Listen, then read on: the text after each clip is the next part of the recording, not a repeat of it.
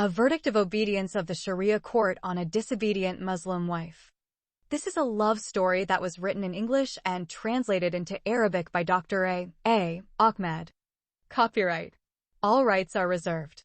All characters in this book are fictitious, and any resemblance to real people, living or dead, is purely coincidental. No part of this book may be reproduced, stored in a retrieval system, or transmitted in any form or by any means without the prior written permission of the author except by a reviewer who may quote brief paragraphs in a review to be printed in a newspaper, magazine, school journal, or university article. This story is about 3 Muslim girls who were subjected to gross injustice, severe violence, and abhorrent persecution by Muslim men, religious leaders, Sharia court judges, and police officers in the Islamic community and the religion of Islam and its misogynistic, hateful, and abusive teachings against women's rights, which are innumerable. For example, beating of women, child marriage, circumcision of the private parts of small Muslim girls, which is known as female genital mutilation or FGM, slaying them in honor killings, inequality between males and females in inheritance, testimony in court, marriage, divorce, men's guardianship over women, controlling their lives and destinies as if they are minors, physically handicapped or mentally retarded, and forcing them to wear the hijab, niqab, or the humiliating burqa as if they are scary ghosts. Muslim men are allowed by the Quran to have sex or rather rape without the need for marriage captive women of war such as wives, daughters, sisters, and even mothers of the defeated enemies who are called unclean infidels such as Christians, Jews, Hindus, Buddhists, atheists, feminists, communists, etc. Islam forbids a Muslim woman to become a president of a country or a boss at work or a judge in court, and she is strictly forbidden to lead men or women in prayer as an imama. Moreover, the Prophet Muhammad said the woman is an unclean creature just like a dog and a donkey, and therefore as a defiled being she annuls the man's prayer if she passes in front of him while he is praying. The Quran likens the woman to the human feces which spoils the man's ablution or religious cleansing. Many Islamic countries prevent women from going to school and work, and they are not permitted to drive cars, bicycles, or motorbikes. And none of them is allowed to leave the house without her husband or with the muharram man the woman is forbidden to marry, such as her father or brother. They are forbidden to practice any kind of sports, such as soccer, basketball, volleyball, and tennis, and they are not allowed to go to gymnastics, beaches or swimming pools, cinemas, or theaters, or act as heroines in movies or actors in the stage and plays, or compete in beauty contests such Miss World or Miss Universe. They are also not allowed to fall in love with men before marriage or choose their future husbands or life partners. The story is about the 3 innocent Muslim girls, namely Intisar, Firdaus, and Mona. Chapter 58. The abhorrent apostasy and the impossible demand. After the trial of the gang that kidnapped and raped the first innocent girl, the 2 intimate lovers, Salah and Mona, decided to get married. The innocent girl became depressed and had strong suicidal thoughts because of the humiliation she was subjected to in the criminal courtroom on the final day of the trial of the gang. She shared her serious problem with her boyfriend Salah. The recognized Sudanese lawyer realized that the only way to get his beloved girlfriend out of her depression and suicidal thoughts was to marry her. He also felt that Mona needed not only his affectionate words, but his love and constant daily marital companionship as well. In accordance, their wedding day was set 2 weeks after the day of the historic kidnapping and rape trial. During that period, the 5 friends Sami, Salah, Mona, Walid, and Badriya were very worried about their fugitive friend Intisar. Even her mother, Sarah, is very concerned about the mysterious disappearance of her daughter. None of the friends told her where Intisar had run away to. The fugitive daughter never called on the phone or wrote a letter to her worried mother. As we mentioned earlier, the 2 friends learned after their release from prison from Salah's family that Intisar had called her phone several times while they were in prison. Then the lawyer's mother told her son and his friend that Intisar promised to call again after Sami and Salah were released from prison. Therefore, since the day of their release, her lover, Al-Wulhan, has been sitting by the phone day and night, waiting for her phone call. It's a day before the first innocent girl Mona, the recognized Sudanese lawyer Salah's wedding, finally came the much-anticipated phone call from the so-called fugitive disobedient wife to her lover. "My love," Intisar's Sammy shouted happily when he found out she was on the phone. "Yes, my dear lover Sammy, I am your beloved Intisar," the fleeing girl shouted with a trembling voice while she was crying. "I miss you so much, my dear beloved Intisar. I want to see you. I want to take you in my arms and kiss you. I miss you too, my dearly beloved Sammy. Where have you been all that time? What happened to you, my precious Intisar? Where do you live now, my beloved fiancé, and with whom do you live? Dear Sammy, I can't tell you where I live or talk to you on the phone a lot. I want you to come to me in Khartoum City immediately. But at least tell me, who do you live with?" "I live with a Christian family. They are very kind and exceptionally loving people. But I can't give you their address nor their phone number. I will meet you tomorrow in their church near the largest mosque in the capital city." "Well, I will come to you soon, but not tomorrow, because Salah and Mona are getting married tomorrow." "Are they really going to get married tomorrow?" "Yes, my dear. I'm sure you're feeling really sad that you can't come to their happy wedding celebration. Can they postpone their marriage for another day?" "Not possible, my love. Everything is decided for tomorrow. They have already distributed their wedding invitation cards to the guests." "Are you planning to attend their wedding?" "Yes, of course. I am Salah's best friend. My dear Sammy, you must come here on the day of tomorrow. If you don't come to Khartoum City tomorrow, our hope may be lost. We will live in a state of flight and lost hope forever. Tomorrow is the only day we will fulfill our life's dream." "My love, this is an impossible requirement. I can't come to you tomorrow." "I thought, my dear Sammy, you would never refuse my request. You said you were ready to give up everything and everybody for my love. But today you proved that you are not faithful to my love. You have changed a lot during these few days we have been apart. What would you do, dear Sammy, if our circumstances separated us by more than a month?" After speaking those heartbreaking words, Intisar started crying loudly on the phone. "Why are you crying, my beloved fiancé, Intisar? I don't understand what made you lament. I promise I will come to you the day after tomorrow." "No, my dear lover Sammy. Tomorrow is the only day we can make our dream come true. If you delay your coming to Khartoum City by one day, we will miss a golden opportunity." "Oh, my love Intisar. You know I love you so much, but at the same time you know how dear Salah and Mona are to me. So, I can't miss their wedding. That is why it is impossible for me to come to you tomorrow. Whatever this golden opportunity of life you're talking to me about has to wait." After hearing the words of her dear lover, Intisar became very angry and started crying and saying in a loud voice, "I know, Sammy, I was born into a poor and miserable family to suffer. I know I'm not supposed to dream about your marriage. I'm supposed to be your slave girl or maidservant, not your wife. The girl Samia, the daughter of the Imam Maulana Sheikh Marzouk, is the right choice for you. I am from a poor family, and you are the son of the richest man, and she is the daughter of the Imam of the largest mosque in our city, Al-Gadarif. So, I am not worthy to be your life partner, but Samia is. What's wrong with you, my love and fiancé, Intisar? I cannot understand why you have condemned yourself and your precious family for no reason. You know you are the soulmate of my life, and you know how much I love you and value you more than anyone else in this world. I don't love Milana's daughter Samia and has not another girlfriend except you alone. As I promised you, my love Intisar, I am and always will be willing to give up the whole world for your love. So, I will never think of marrying any girl other than you. If you really love me, my dear Sammy, you must sacrifice everything and come to me in Khartoum City tomorrow." "Well, my sweetie Intisar, first of all tell me what will happen if I come to you on the day of tomorrow." "You and I will become what Salah and Mona will be tomorrow. Do you understand what I said, or do you want more explanation?" "This is really the happiest news I've ever heard. But I still need more explanation about this happy and amazing piece of information. How did you manage, my sweet darling, to solve our intractable and insoluble problem?" "The person who will help us get married will come to Sudan tomorrow morning and will go back to his country tomorrow night. So, if you don't come tomorrow, we will miss the chance of our lives forever.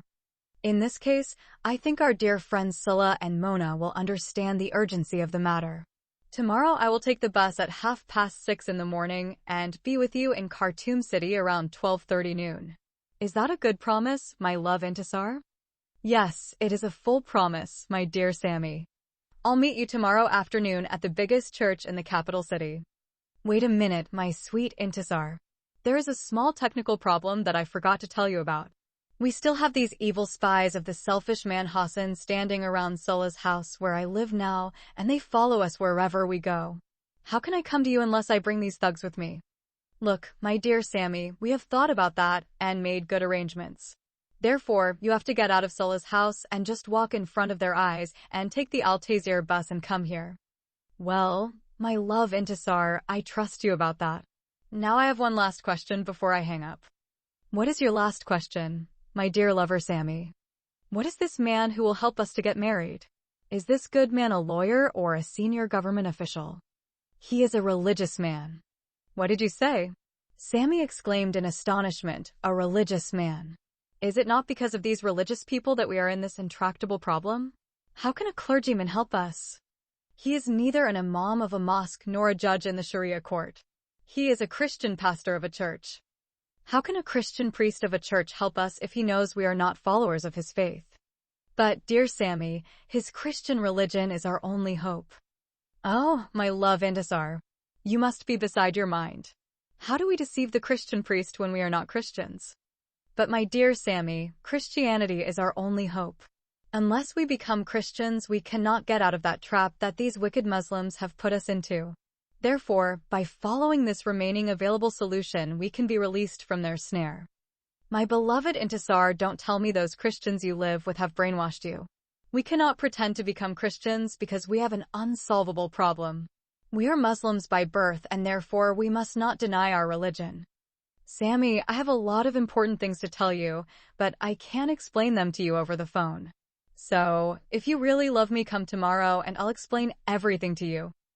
Well, my love, I have promised you I would come to you in Khartoum tomorrow, but I don't want to hear about this Christian bullshit you have just mentioned. Sammy, I am now a Christian girl. I left Islam and converted to Christianity. No one among the Christian people I live with has brainwashed me or forced me to do so. I did it of my own free will. When Sammy heard the last words of Intisar, the phone fell out of his hand and he fell too. Scylla is close enough to catch him before he falls flat on his face. When he helped him sit on a chair, the lawyer took the handset and spoke to the fugitive wife. Intisar, this is me, Scylla. What did you say to your lover Sammy that he was so shocked? Can I talk to him again? Please wait. Then the lawyer handed the phone over to his shocked friend. Sammy took the phone from his friend's hand and resumed his conversation with his girlfriend. Yes, Intisar. The lover Sammy never said the name of his beloved girlfriend Intisar without using some romantic phrases such as my love, my life, my sweetie, my dear girl, the girl of my dreams, the hope of my life, the companion of my life journey, my soulmate, and similar words of affectionate love between intimate lovers. This is the first time since he met her in the Cinema Al-Wataniya theater in the city of Gadaref and fell in love with her at first sight. He called her Intisar without adding any of her beloved titles. Why are you so shocked, Sammy? Did I tell you that I left you and fell in love with someone else? It would have been more tolerable if you cheated on me than what you have done. Have I committed a crime? It's more than a crime. It is high treason. You sold your religion and our love for nothing. Well, Sammy, I do not want now to respond to this false accusation that you made against me, or to defend the sincerity of our eternal love, but we must meet tomorrow in the capital city, and we will talk about this matter in more detail. But remember, my dear Sammy, if tomorrow at noon you will not come to me in the church, our love will end, and we will be separated forever. When the Habiba Intisar spoke her last words of warning and threatening to her Habibi Sammy, she cut the line. The lover Sammy could not believe his ears that the girl who had just spoken to him on the phone was his dear beloved girlfriend Intisar. He regretted speaking to her after such a long and painful separation. Then the handsome boyfriend of the beautiful beloved girlfriend Intisar held the receiver and wept for her for a long time. Perhaps he would not feel so sorry and so sad for her death if he knew that she committed suicide and drowned in the waters of the Nile River on that Sunday morning and died, and was gone forever when she tried to get rid of her unbearable life that was full of endless suffering and abuse. Sulla tried by all means available to him to console him or find out the reason for his friend's deep sadness, but he could not. If Lawyer had not spoken to her himself on the phone, he would have thought that Intisar was killed by someone and dead and gone forever. The bereaved lover, Sami, continued to weep and lament over the loss of his beloved Intisar, for her spiritual death, or her sudden religious suicide. While weeping bitterly over the loss of his beloved, he kept venting his hatred on the immoral infidels, who are also the misguided Christians who brainwashed her and converted her to their false, distorted, and corrupt religion. His anger and hatred aggravated and multiplied, minute by minute. He has begun to hate every Christian in the world. Sulla finally gave in and walked out of the room, leaving his grieving friend alone. Sami continued to lament the death of his beloved Intisar. He felt as if the weight of the entire world had been placed on his head. His confused mind and troubled conscience concluded that he had lost his girlfriend forever. Why did those damned Coptic infidels do such an abominable act to the only girl he loves with every fiber of his body? Why should such abomination happen to his beloved girlfriend and fiancé Intisar? Why can't those accursed Christians help her without expecting something in return? Why can't they help a girl of another religion without forcing her to leave her religion and accept their distorted and corrupt religion?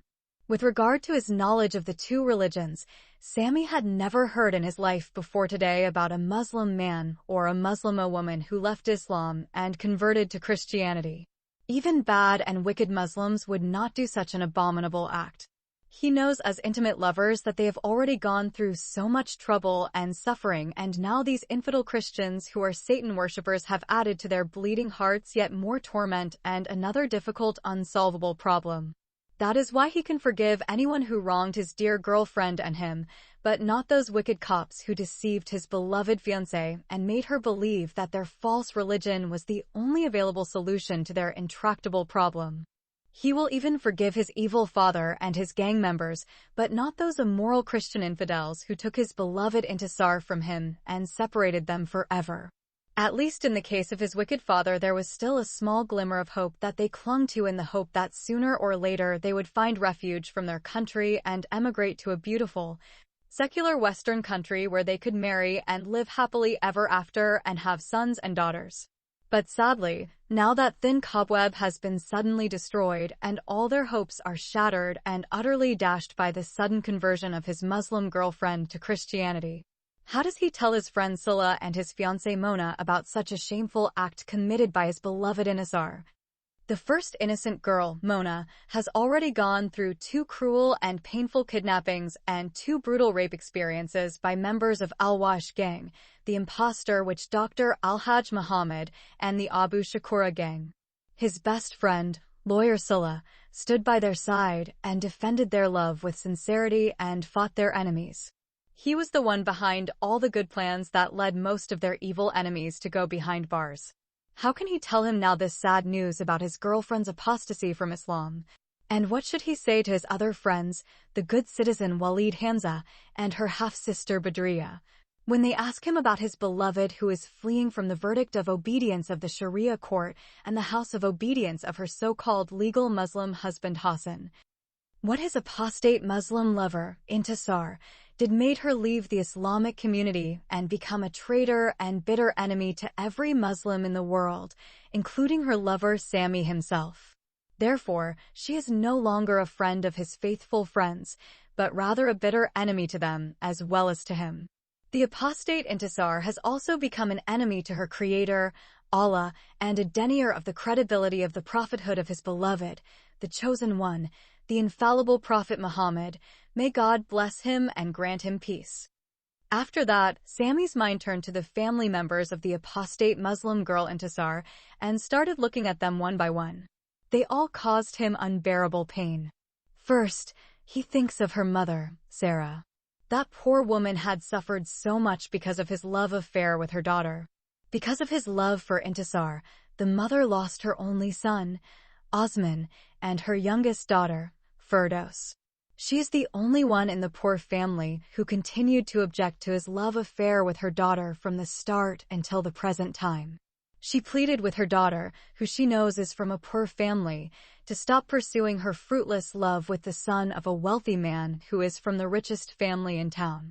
She told her again and again that no rich man in all of Sudan would agree to his rich son marrying a poor girl. Sammy can forget everything that happened in his life, but he cannot forget the day when he and Scylla returned from Khartoum City and brought with them the dead body of her only son, Osman, who committed suicide by drowning in the Blue Nile River. How his mother Sarah wept on that fateful day and covered her head with dust and ashes.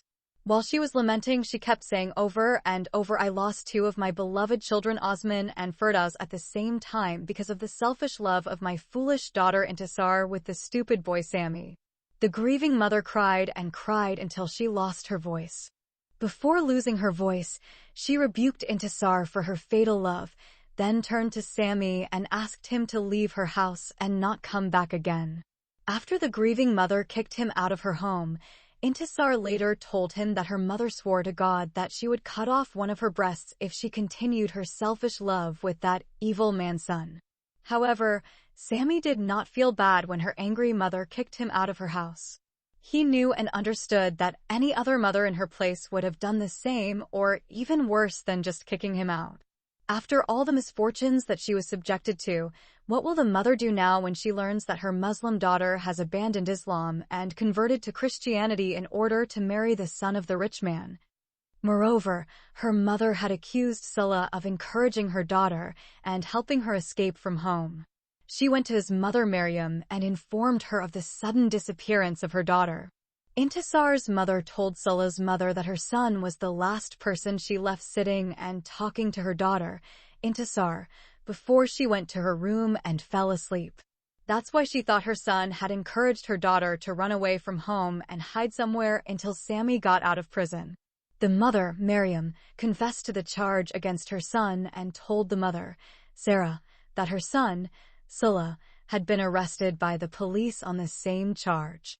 So, when Scylla got out of prison, his mother Miriam asked him to try to persuade his friend Sammy to stop his fruitless love affair with the daughter of that poor woman. She reminded him that the poor widow Sarah had suffered so much because of this useless love affair.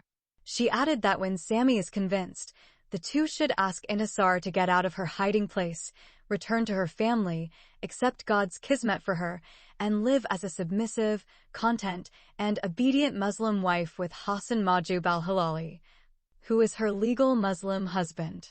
However, neither Scylla nor Sammy were willing to listen to this unacceptable advice. After Intisar's mother, Sammy started thinking about her older sister, Frida. Although she honestly and bravely defended their love affair at first, her commitment began to waver after the tragedy that cost her the loss of her beloved brother Osman and dear sister Firdos. She wrote a long letter to her sister, Intisar, asking her to reconsider her love for the evil old man's son. Frida mentioned in the big letter that she expected the predatory human beast father would do anything to prevent his rich son Sammy from marrying the poor girl Intisar. He had already raped and murdered their innocent sister Firdaus and caused the suicidal death of their only brother, Osman.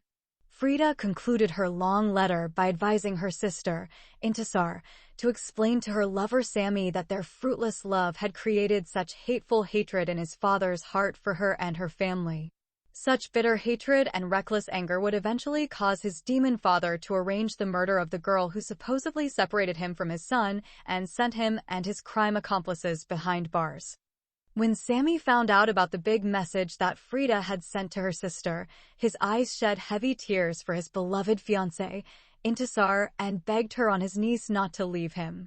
He even threatened her that he would burn his body to ashes and die a death more terrible than the death of her late brother Osman and the murder of her late sister Firdaus if she abandoned him at such a difficult time in his life. He reminded her for the sake of her love, he lost all members of his wealthy family, lost his mother as well, and sent his evil father to prison.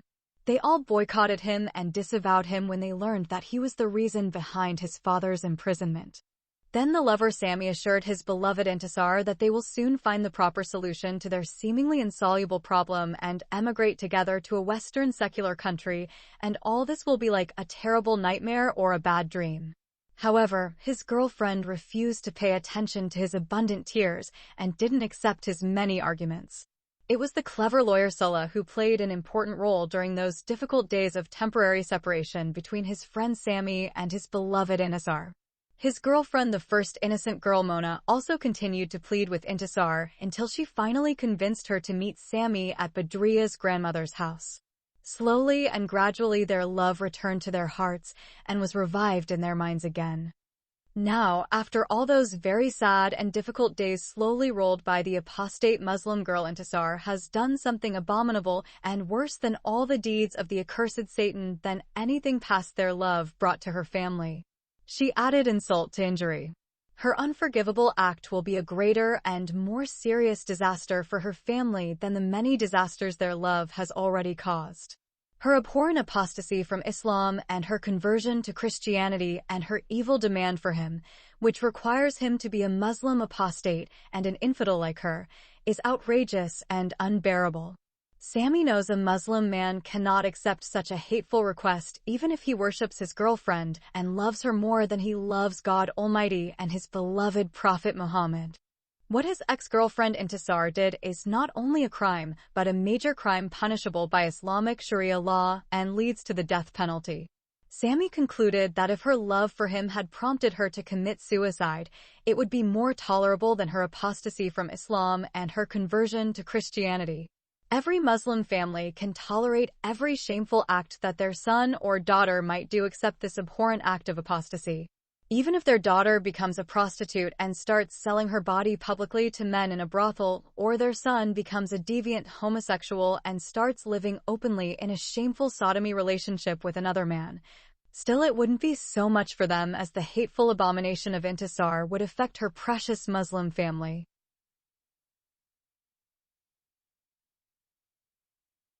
For the first time, the rich man's son, Sammy, truly regrets his love affair with the poor girl, Intisar. In his heart, he wished to go back in time and space and stop himself from going to the Cinema Al-Wataniya theater, watching Intisar for the first time, and falling in love with her at first sight. If they had not met that day and fell in love, her sister Firdaus would not have been killed by his evil father, and her brother Osman would not have killed himself by suicide, and Intisar would not have married the selfish man Hassan, and perhaps she would not have become an apostate Muslim girl and destroyed their sacrificial love. While these difficult questions and dark thoughts revolved in his mind, the sad lover felt that he was watching a horror movie full of zombies, goblins, and other scary ghosts. And the main heroine is the female vampire Dracula, who's his ex-girlfriend, and now the devil's wife Intisar. All this time his heart was bleeding inside his chest. Meanwhile, his troubled conscience causes him unbearable pain, as if he had been stabbed with a poisonous dagger. Sammy predicted that he might die of a massive heart attack, or that one of his veins might burst at any moment. To silence the terrible pain and prevent those dark thoughts from continuing and developing further, he rose to his feet and started walking aimlessly across the room. Without better control of his body, his feet carried him out of his friend's house and into the crowded streets. No one saw him when he left the house. He left no somber note for Sulla to indicate where he was going on such a hot day. He didn't even write a suicide note. But of course, the 3 spies of his rival Hassan saw him and followed him. Sad lover Sammy Osman al-Tayyib continued to walk aimlessly under the scorching sun in the streets for long hours. Finally, he got very tired and thirsty. He sat under the shade of a tree. He rested for a while, stood up, and resumed his walk. His feet this time are not walking aimlessly, but taking him to a place he has never been before. However, the leader of the spies, Tia, had guessed where Sammy would go, because he was born and brought up in that infamous neighborhood of the city. Chapter 59. The shoe of the prostitute, Keltumia, is cleaner than the face of the apostate Muslim girl, Intisar. When heartbroken sweetheart Sammy arrives in the red light area of the brothels and taverns, he enters the first house he comes across. There are a few men scattered here, and they're in the tavern house complex. The heartbroken lover entered like a thief who came to steal something and sat down in a secluded corner. Although he hadn't asked for any drink, his local liquor order was brought to him at once. A large, tall woman approached him with a bottle of homemade liquor in her hand. When she opened her big mouth to talk to Sammy, her big lips clapped as if they were her hands, and her nose snored as if she was asleep and walked in her sleep. She looks like a twin sister to Coco, the devil's son who was the ringleader of the bodyguards at Haunted Barracks number 13, or the mother to imprisoned gang leader Abu Shakura Wad al-Kalib. Her long teeth are yellow and her nose is flat. Her little eyes are red. The hairs on her large head resemble crawling ants or black raisins. Her dark color hid her eyebrows like the black niqab on the face of a Muslim woman. She has nothing to classify her as a beautiful female. It would be better to classify her as a good-natured male rather than a female. She is incredibly ugly. The ugly woman says to the new visitor that our house has been brightened by your coming, and we have been glad to have you. Thank you, madam, said the sad lover in an undertone. What is the name of our beloved guest? My name is Sammy. Your name is beautiful, my love, like your bright face. Thank you, madam. My name is Kalthum, but all my clients and beloved visitors call me by my sweet nickname of my beauty Kaltumia. Before we continue to tell this episode in the sad love story of the persecuted lovers Sammy and Intisar, something important must be mentioned here.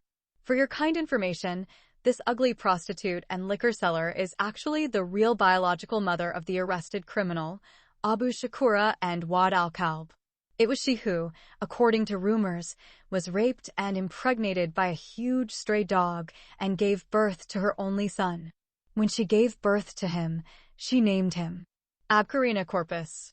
His given name is that of her teenage lover, and his last name is that of her late father. When Abkarina grew up and became a notorious criminal, his gang called him Abu Shakura Wad al-Kalb. Her late father, Karbis, named his daughter after his late mother, Kalthum. When she was a 15-year-old girl, Kalthum became pregnant before marriage by her friend, Abkarina. Her Muslim father, Karbis, wanted to kill her in an honor killing when he learned of her illegal pregnancy. To escape death, the pregnant teenage girl ran away from home and became a prostitute and liquor saleswoman.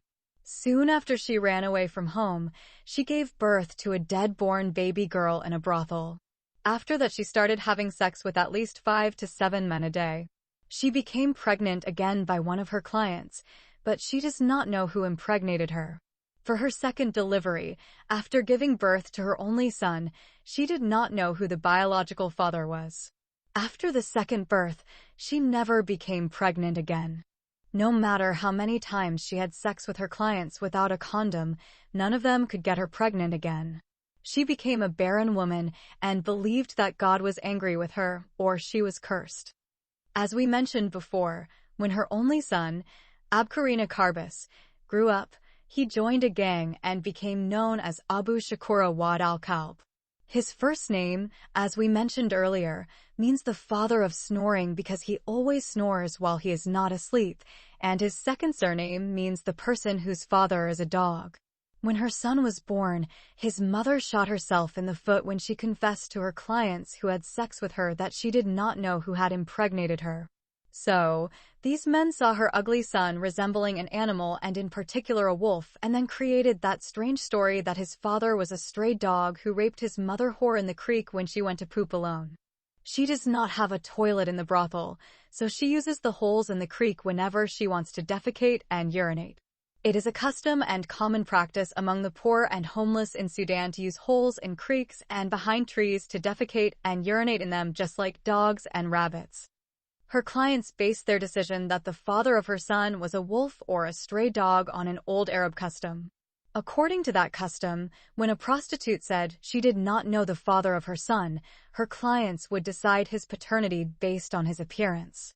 Islamic history books mention that this is how the biological father of the Muslim army commander, Amr ibn al-As, was chosen among the many Arab men who had sex with his red-flagged prostitute mother. During the era of the Prophet Muhammad, Arab prostitutes used to place red flags at the doors of their homes, which means that they are sluts available for sex for money. This habit is still practiced in brothels and bars in some Arab and African countries, especially in Sudan. The clients of his adulterous Arab mother saw that her son Amr resembled an adulterous Arab man called Alas and tied him to this ugly man who looked like a pig. This bastard, Amr ibn Alas, is the one who invaded Egypt and turned it into an Islamic country. However, when the mother of Abkarina Karbis, a.k.a. Abu Shakura Wad al-Kalb, introduced herself to her new guest, Sammy, she poured some homemade liquor into a glass and handed it to him. Sammy took the cup from her hand and hurriedly emptied it into his thirsty mouth. He felt like he had drunk flaming acid. He reacted violently by coughing and sneezing as if he had coronavirus. The woman, Kaltumia, quickly poured more drink into his cup and handed it to him. "Drink this quickly and you'll be fine." Sammy snatched the cup from her hand and emptied half of it into his empty stomach. A third and fourth glass followed, and her handsome guest began to see everything around him spinning and dancing. Then the prostitute put the bottle in front of her beloved guest and left. Sammy continued to drink the bottle hastily, as if he was drinking his evening medicine. After a while, Kaltumia returned with another bottle in her hand. When the handsome boy looked at her face this time, it miraculously changed. He who saw her when he came no longer had the face of a big, ugly lioness. Her smile is now as charming as the smiles of a beautiful woman. Her voice became soft, musical, and sweet, like the voice of the most famous singer in Africa and the Middle East. Her voice is even sweeter than that of the two Sudanese singers, Hanan Polo, and Nada Al-Khala. Sammy missed talking to her. His drunken mind and troubled heart began to compare Kaltumia and Intisar. There is no doubt that Kaltumia is a Muslim woman. She will never agree to change her religion under any circumstances. Intisar agreed to convert because someone promised to help her achieve her life's dream. Most likely, the Christian priest had promised that he would help her and her boyfriend flee their country and emigrate to Europe. In a Western secular country, she thought she would be able to marry her boyfriend and live happily ever after. In order for the evil church priest to help Intisar achieve her life's dream, he forced her to change her religion, sell her country, and adopt another religion and another country. In this way, the Muslim apostate Intisar became guilty of treason to her religion and country. Although Kaltumia is a prostitute and a liquor seller, she is more loyal to her country and more faithful to her religion than his apostate girlfriend. Sammy concluded that Intisar is no longer his loyal and beautiful girlfriend, but has become an infidel, apostate, and cursed girl. She didn't deserve his love anymore. She is his enemy, not his girlfriend. The bitch Kaltumia is more loyal and patriotic than her. When his drunken mind made such an unfair comparison between his former lover and the terrified woman he had just met, the new beauty approached him, a bottle of alcohol in her hand. She seemed to him pure, holy, and immaculate like an angel of love. Instead of taking the bottle from her hand, Sammy got to his feet, put his hands around her waist, and hugged her. Then he looked into her little red eyes and started whispering in her ear. "Dear Kaltumia, are you a Muslim woman?" "Yes, I am a Muslim woman. I was born a Muslim girl, and I am still a Muslim, and I will remain a Muslim until I die." "Are you a Sudanese woman?" "Of course, I am a Sudanese citizen." "Do you love your religion, Islam, your Prophet Muhammad, and your God is Allah?" "I love them more than I loved my late father Karbis, and more than my only beloved son, Epkarina, who is imprisoned in Kassala city." "Do you love your country, Sudan?" "I am ready to die for Sudan." Imagine, Kaltumia, if someone promised to take you to a beautiful country, marry you, and give you gold and money, would you agree to change your religion of tolerant Islam and embrace the false Christian religion, as well as you abandon your Sudanese nationality, in order to live happily with that person? Even if he promised to give me all the treasures of the world and King Solomon mines of gold, and make a palace of pure gold for me to live in, I would not change my religion nor renounce my nationality. When the liquor horse spoke those patriotic phrases and sincere religious words, again the sad lover embraced her huge body with love. He also planted a quick kiss on her wide forehead. Kaltumia's big mouth found its way to Sammy's soft lips and almost swallowed them.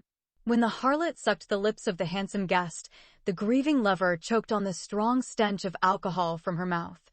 He struggled to free his face, which seemed to be glued to her huge face. He was afraid that the hooker would suck his lips to death and kill him by suffocation or swallow him.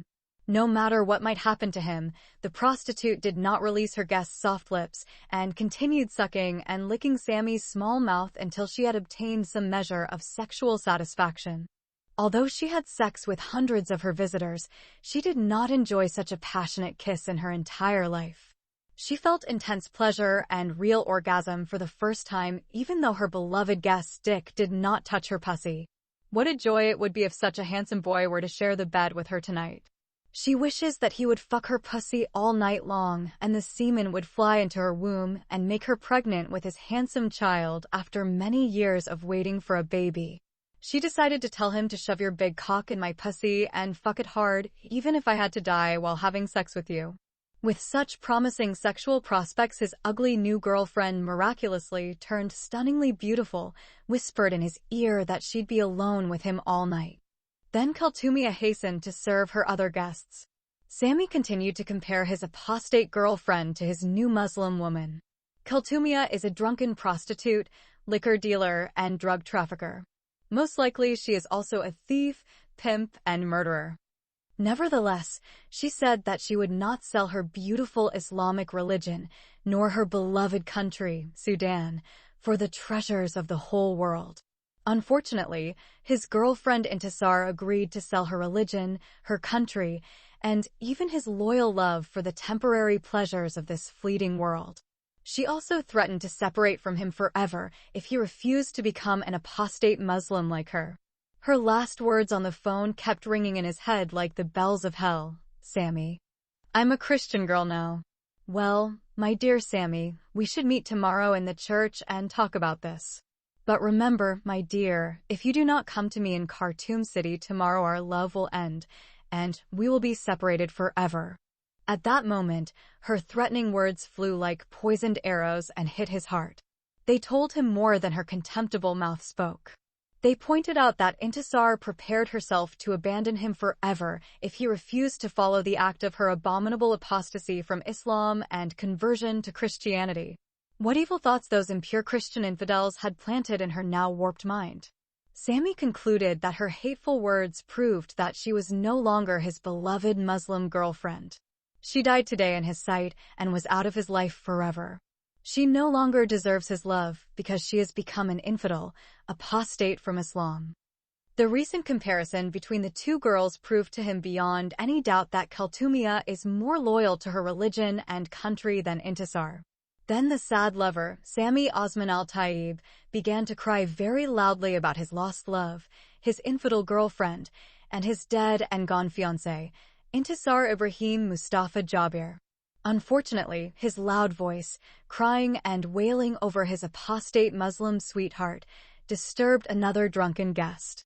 As a result, the drunkard began to scold the broken-hearted lover with obscene words and wild anger. You fucking bastard, shut up. We came here to get drunk and be very merry. We are not in a mourning house or a funeral home. This is a brothel and a tavern house. Damn you, bastard. Be quiet, you sodomite and son of a bitch. Shut your dirty mouth and fill it with this strong, homemade liqueur that's like burning acid. When the angry drunkard realized that his reprimands had not calmed the weeping boy, he got up from his chair and went over to him. The grieving lover did not hear the dirty words that the bewildered drunk used to silence him. While he was laying his head on his knees with his hands in his ears and crying loudly for his late beloved friend Intisar, he felt a strong kick on his chair. In a few seconds the chair, the bottle, and the cup were all up in the air. When they landed on the ground, the bottle fell on Sammy's chest and the cup hit his nose. He poured all the remaining alcohol over his robe. When he raised his eyes up to see the cause of the sudden powerful earthquake, he saw a huge black figure of an angry man standing in front of him like a terrible demon. Didn't I tell you to shut up your filthy mouth? Do you pay out of pocket for the alcohol we come here to drink? We are here to spend money for our pleasure, not our grief. This is a brothel for fucking and drinking, not a place of mourning. We came here to drink forbidden wine, have forbidden sex, and then sleep on the ground until morning, as if we were thrown into the fire of hell. I'm sorry, sir, the beloved said while trembling in fear of seeing the black devil who suddenly appeared before his naked eyes. I couldn't control myself. Sammy added with stuttering words, I lost a very dear girlfriend of mine. So why don't you sit at home or go to the cemetery to cry for your late girlfriend? She is not dead, sir. She is still alive, but she died in my life. Loving this means, oh fucking gay man, you're like the crazy K's and his beloved Layla, that you have a problem. The drunk says in a rough voice, like the howling of a wolf or coarse voice of an ogre, or the roar of those zombies raised up from the graves. Yes, sir, I have a very serious and complex emotional problem, and I need quick help and a solution to it before I have a huge heart attack and die of grief. May I know the cause of your problem? Yes, I am looking for a good citizen like you who is willing to listen to my problem and give me some good advice. Can you tell me what your fucking problem is? Sir, before I explain my intractable love problem to you, would you please sit down? But before he sat down, the so-called good citizen went to his seat and fetched his decanter of liquor, his mug, a pack of cigarettes, a banjo, a snuff box, a snack, and his own chair, and came and joined one of his new acquaintances. When he returned, he found the sad lover Sammy had reorganized himself, his chair, and his cup. Then the new friend poured some alcohol into his cup and handed it to the new friend. He also looked for and found Sammy's missing cup 2 meters away and filled it up too. I am Sheriff Aldin and Wad Mizmar. The good citizen says in a thick voice, the tone of the traitor's voice in a horror movie. Then he added, but my friends call me Wad Mesmer Alagbash. What a beautiful name you have, sir. Your parents have given you an honorable name. I wish my parents would have called me the Honor of Islam. What is the name of the crazy lover? Asked the man whose name means the son of a nail. Unfortunately, my family called me Sammy. Sammy is also a good name. It means dignified and beautiful man. You look beautiful like our master and prophet Yusuf ibn Yaqub, peace be upon them. But I am a complete loser in life. I lost everything in this world, including my father, my mother, and all my family members, and today I lost my beloved girlfriend as well. Never say that about yourself. Each of us sometimes goes through difficult times in our lives. Anyway, I am honored to know Mr. Sammy. Thank you, sir. I am also glad to meet you, Mr. Wad Mosmar. Then Wad Mizmar Alagabash refilled the 2 glasses and emptied one of them into his big belly. Sammy also drank the bitter liqueur from his cup and looked at his advisor happily. Then he began to ask him some of those questions which he had asked the ugly prostitute Kaltumia. Before I reveal to you the problem of my life and death, I must ask you an important question. Are you a Muslim man or not? You're asking me a horribly insulting question. Is it just a spontaneous question, or do you want to accuse me of blasphemy and heresy because I get drunk every day here and fuck that ugly whore, Kaltumia, daughter of the late Karbis? It is just an innocent question and is not intended to accuse, insult, or offend you. You are asking me a very stupid question, as if I were a homosexual Eritrean refugee man in your country. Are you going to ask me next rudely? Are you Sudanese? Of course, I am a Muslim, the son of a Muslim, and my late grandfather was also a Muslim. Likewise, my late mother, Kantashaya bint Dua al-Bayt, was also a circumcised Muslim woman, and she was genitally mutilated in her pussy when she was a child, and not a Southern Christian infidel woman who is uncircumcised big cunt. However, I am a disobedient Muslim. I don't pray 5 times a day, and I don't fast during the holy month of Ramadan. I drink alcohol, I smoke shisha and banjos, I steal things from people, I commit adultery with prostitutes, I rape young girls and married women, and sometimes I have sex with gay guys and fuck young boys in the ass through painful sodomy too. I have had sex with goats, sheep, ewes, chickens, cows, donkeys, and even several times I have exhumed dead women and had sex with these beautiful dead females.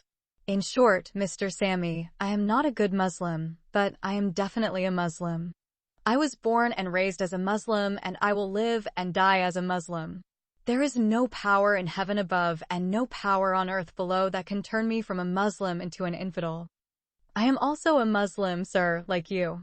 But I don't do those taboo things you said you do except drink homemade liquor, and I only started that today because of my heartbreaking emotional problem. So, Professor Sammy, you are the son of Maulana, the imam of a mosque, but you ran away from home and became a bad young man. No, I am not. I am just an ordinary Muslim. I only pray during the month of Ramadan. During the holy month, I fast for a whole month and perform the 5 daily prayers. When the holy month ends, I usually stop praying. May I know why you are asking such a strange question? Why do you want to know whether I am a Muslim or not? Do I appear to you as a cursed Jew, a Christian infidel, or an impure idolater like a Hindu? God forbid, sir. You look 100% Muslim man. So, what's your fucking problem? Tell the hell to me. My problem is related to religious differences. I am in love with a Christian girl. So where's the problem with that? You can go ahead and marry her. Our tolerant religion, Islam, has never prevented us from marrying a Christian girl. I have slept with many infidel Christian women who came from South Sudan and the Nuba Mountains. When it comes to sex, I don't care who is under me. Even if she was a damned Jewish woman, I wouldn't mind having sex with her in her big butt or her red ass or her uncircumcised pussy. My problem, sir, is not related to sex or having any infidel woman on bed. I told you I have a Christian girlfriend. Then marry her, and if she does not satisfy you with sexual intercourse on the bed, keep her hanging in your marital ropes and marry a Muslim girl beside her as your second wife. I can't do that, sir. If I marry her, I will not look for another girl because she means everything to me. By the way, Mr. Sammy, why do you want to leave our circumcised Muslim girls and go to those infidel girls who are not circumcised? Our Muslim girl has a small, circumcised pussy that is sewn and tightly closed up through female genital mutilation that was performed on her when she was a child of 4 or 5 years of age and is thus very pleasurable in sex as a bride, while the uncircumcised Christian girl has a large, open pussy and never make your cock enjoy her in the fuck. I've slept with many women and I know the difference between these two types of girls. If you don't believe me, Mr. Sammy, I am ready to take you now to another brothel near the airport area and make you have sex with an uncircumcised Ethiopian Christian girl, and then you may sleep with a circumcised Eritrean Muslim girl. By God, by the majesty of his throne, and by the glory of our holy prophet Muhammad, may God bless him and grant him peace, you will know the difference between the pussies of the two foreign women. Every pussy will prove or not prove to your cock its pleasure and sweetness in bed. Sir, Sammy interrupts, I am not interested in comparing Muslim girls to Christian girls. I'm also not keen on talking about women and sex. By the way, Mr. Wad Mizmar, incidentally, the uncircumcised infidel Christian girl, whom our Islamic society calls Galfa, is more pleasurable in sex for a man because she has a clitoris and labia majora and labia minora in pussy.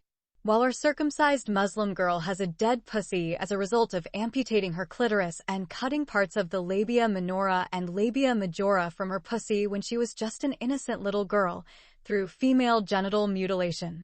In addition, the circumcised Muslim girl does not enjoy sex, which is torture and rape for her, while the uncircumcised Christian girl enjoys sex and reaches a clitoral orgasm because she has a clitoris and enjoys her sexual partner in bed when his erect cock enters her pussy and his semen flies in it and satisfies her sexual desire. This is nonsense and bullshit talk, Mr. Sammy, and it is certainly one of the lies of the Christian infidels, accursed Jews, and feminists and atheists. They say that because they have daughters who do not get circumcised and purified when they are little girls and remain impure all their lives, and they have enlarged pussies, and each one of them has a large cunt that can fuck your leg or a man's hand. Sir Wad Mizmar, please don't talk to me about the difference in having sex with circumcised and uncircumcised women. Then what do you want, man? Asks Mr. Wad Mizmar impatiently. Please, sir, first listen to my problem and give me your good advice. My problem, in short, can be put in one sentence. My Christian girlfriend told me today that she will not marry me unless I turn away from Islam and accept her Christian religion. Let her go to hell. Why doesn't she accept your Islamic religion instead? After all, she is an uncircumcised infidel and does not follow the right religion. We Muslims, the Holy Quran said about us, walk on the right path. And the cursed Jews and misguided Christians are following false religions. Islam is the only true religion in the universe. But, dear sir, Wad Mizmar, I love her very much. I can't live without her. She is the hope of my life and means everything to me. I left my family because of her. I even sent my father to jail because he stood in my way of marrying her. Then come here every evening and cry for her and spoil our mood.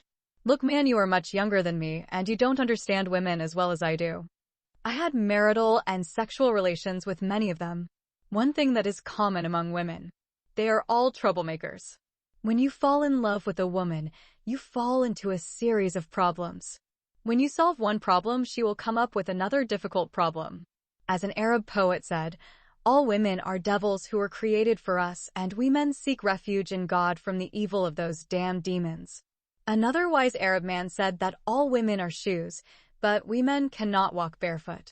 Our holy Prophet Muhammad, may the best of prayers and peace be upon him, said that a woman is like a donkey and a she-camel, because all are mounted, and this means that women were created for us like animals so that we could climb on them, mount their bodies, and fuck them.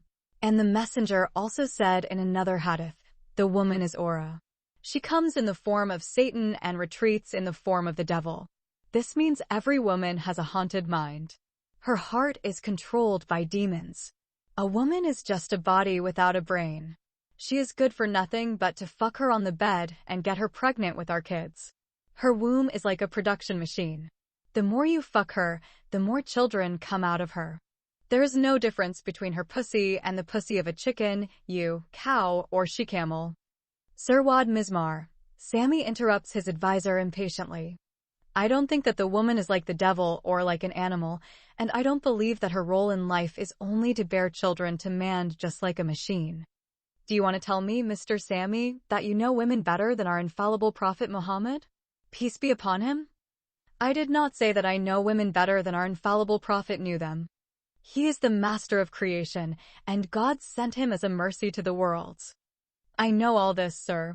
The messenger of God, may God's prayers and peace be upon him, said, when a woman comes to you, she comes in the form of Satan, and when she turns away from you, she retreats in the form of Satan. Wad Mizmar al-Agabash repeated the same hadith that he quoted earlier. This means that her heart and mind are haunted by demons. She also has the shape and image of the accursed devil. When you see her walking on the street alone, you will see the cursed devil in the form of a human female. Sammy understood that if he said that was not true, then he would nullify the hadith of the Prophet Muhammad, which his advisor quoted him twice. In this case, he himself will be accused of apostasy from Islam, declared a filthy infidel, and may be killed by his Muslim advisor on the spot.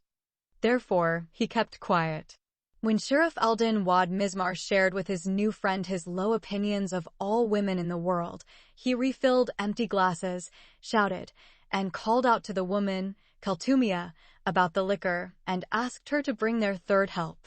Sammy's new girlfriend, who is pretty and ugly, came quickly, fetched the third bottle of the strong Iraqi that made out of dates, set it on the table among her customers, and rushed off to serve the other drunks. She looked from afar at her beloved guest, Sammy, whom she fell in love with at first sight, sent him a flying kiss, and disappeared into her hut. Now tell me, Mr. Sammy, you did not find a beautiful girl among our Muslim women, and that is why you went and fell in love with a girl among the cursed infidels who follow the distorted Christian religion. Why do you want to associate yourself with a girl among these uncircumcised infidels? Sir, interrupts Sammy quickly, my girlfriend is actually born and brought up in a Muslim family. She was circumcised when she was a 5-year-old girl. So, she has her pussy purified, circumcised, stitched, narrowed, made a tiny, small hole, zipped, zapped, and securely closed up, and therefore it is genitally mutilated like any other Muslim girl's cunt in this Islamic country. Unfortunately, she recently renounced Islam and converted to Christianity. What did you say, Mr. Sammy? The drunk Muslim man shouted angrily. Did I hear you say that your Muslim girlfriend has become a Christian infidel and an apostate Muslim? Duwad Mesmer Alagbash. What a beautiful name you have, sir. Your parents have given you an honorable name. I wish my parents would have called me the honor of Islam. What did you say, Mr. Sammy? The drunk Muslim man shouted angrily. Did I hear you say that your Muslim girlfriend has become a Christian infidel and an apostate Muslim? Duwad Mesmer Alagbash. What a beautiful name you have, sir. Your parents.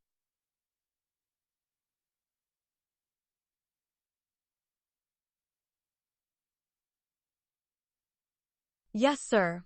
The curses of God, his angels, and all people are upon her and her family. Sammy remained silent when his advisor publicly cursed his ex-girlfriend. He knows as a Muslim that his religion requires him not only to curse such an apostate girl, but, if it is possible, to kill her as well. I seek refuge in God from the accursed Satan. The Muslim counselor continued his words with great astonishment and anger. This is the first time in my life that I have heard of a Muslim who became a Christian. Are you sure that she left Islam, the beautiful religion, and accepted the distorted, forged, and false Christian religion of the cursed infidels?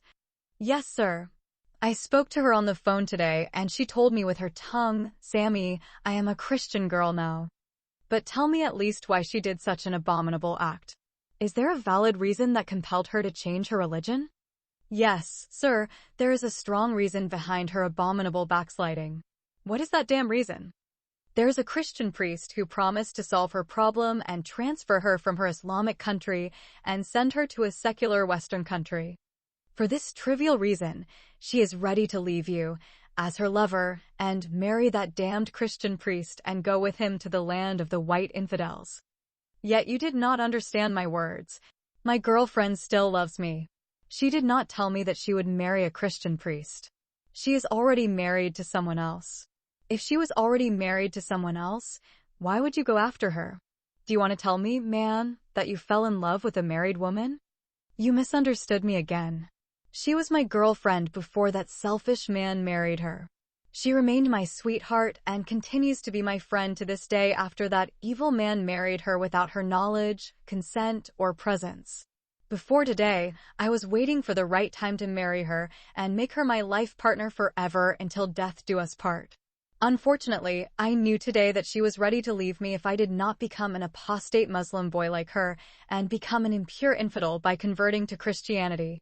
She threatened to separate from me if I did not leave Islam and become a Christian like her, then travel with her to a Western country abroad and marry her there, and we both abandon our religion and our homeland forever. I think my friend Sammy got really drunk and didn't know what to say or do. Are you giving me a riddle to solve, or are you telling me your unsolvable problem? Sir, I am serious. I have told you the truth, the whole truth, and nothing but the truth. You said she loves you, but she still married someone else. And that man married another girl. She also changed her religion because she suffers from an unsolvable problem, and the Christian priest promised her to solve it and take her abroad.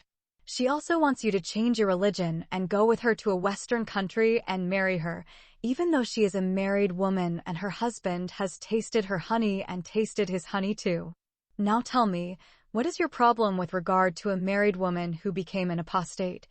Do you still not see my problem yet? Listen, Mr. Sammy. You know you can't marry her because she's someone else's wife. Therefore, she cannot marry you or the infidel Christian priest at the same time because she is married to a third Muslim man. As you know, polygamy is allowed for men but not for women. There is no polyandry in Islam. Allah the Wise said in the Holy Quran in Surat Al-Nisa 4, verse 3 that only a man can marry and have sex with 4 women at the same time. So, why do you want to involve yourself in such a complex problem? My problem is more complex than you have understood it. Listen, respected Mr. Sammy, you seem to be a handsome, well-educated young man, and most likely from a great and rich family. Then why don't you forget that damned apostate infidel girl and find a good Muslim girl? A man of good qualifications and physical virtues like you can marry the holiest and most beautiful virgin girl in the city, even if she is the daughter of the Imam of the Grand Mosque or the sweetest daughter of the richest family in Gadaref City. Sir, I have told you that I love her very much, and I can marry no other girl than her. In this case, go and kill her Muslim husband, kidnap her from his house, marry her illegally, and then live with her in the forbidden haram relationship. My problem is not her marriage to her Muslim husband, but her abominable apostasy from Islam and her hateful conversion to Christianity. Look, Mr. Sammy. My last and wise piece of advice to you is to spit that accursed girl out of your mouth. She is good for nothing, and I will tell you why I think so. I will give 7 reasons to prove my point. First of all, she is already a married woman. Secondly, she had sex in her virginal pussy and another man's penis got into it and she lost her virginity. Thirdly, she is unfaithful to her husband. Fourth, she is a traitor to her beautiful religion Islam. Fifth, she is ready to give up her love and abandon you.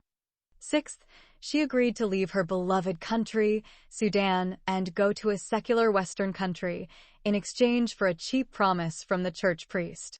Seventh, to fulfill her selfish demands in this fleeting life, she prepared herself to give up everything, her God, her religion, her prophet, her family, her husband, her country, and even your love. You know, Sir Wad Mosmar, you have now hit the nail on the head and up to the point, and you are absolutely correct in your honest and wise conclusions. From the beginning, I knew I was going to hit the nail on the head and solve your insoluble problem once and for all. So, my dear friend Mr. Sammy, as sincere Muslim men, let us count from 1 to 3 and then spit and vomit that apostate, infidel, unclean, and cursed Muslim girl out of our pure mouths. So, the 2 drunks held their hands and raised them to God as if they were in collective evening prayer. Then they counted loudly from 1 to 3 and spat the so-called unclean apostate Muslim girl from their filthy mouths. At that moment, the beautiful and ugly woman Kaltumia approached them with a bottle of locally made strong liquor in her hand. Sammy rose to his feet, hugged her, and shouted loudly, as if he is the muezzin standing on top of the minaret of the largest mosque in town. The dirty shoe of the Muslim prostitute, Kaltumia, is cleaner than the face of the apostate Muslim girl and the infidel Christian woman, Intisar Ibrahim Mustafa Jabir. Immediately, the night counselor, Shuraf al-Din Wad al-Mismar al-Agabash, stood at his feet and congratulated his Muslim friend, Mr. Sami Osman al-Tayyib, on his new girlfriend, Kaltumia Karbis. Then the drunk lover Sammy tried to lift the huge body of the beautiful and ugly whore, Kaltumia, from the ground, but he could not do so. Instead, the drug and alcohol saleswoman took him in her arms like a baby and carried him to her little hut, closing the door behind them. Chapter 60. Seeking wise advice from the Imam of God's house. The next morning, when the sad lover Sammy regained his senses and recovered from the stupor of the large amount of homemade alcohol he had consumed the night before, he felt such a headache that it was as if his head had caught fire. He tried to open his eyes, but he couldn't. By the way, making and selling alcohol is forbidden in Sudan because it is a Muslim country and is punishable by Sharia law. There are no places for making or selling alcohol and practicing prostitution, except for prostitutes' houses and illegal secret bars, which are called nightclubs.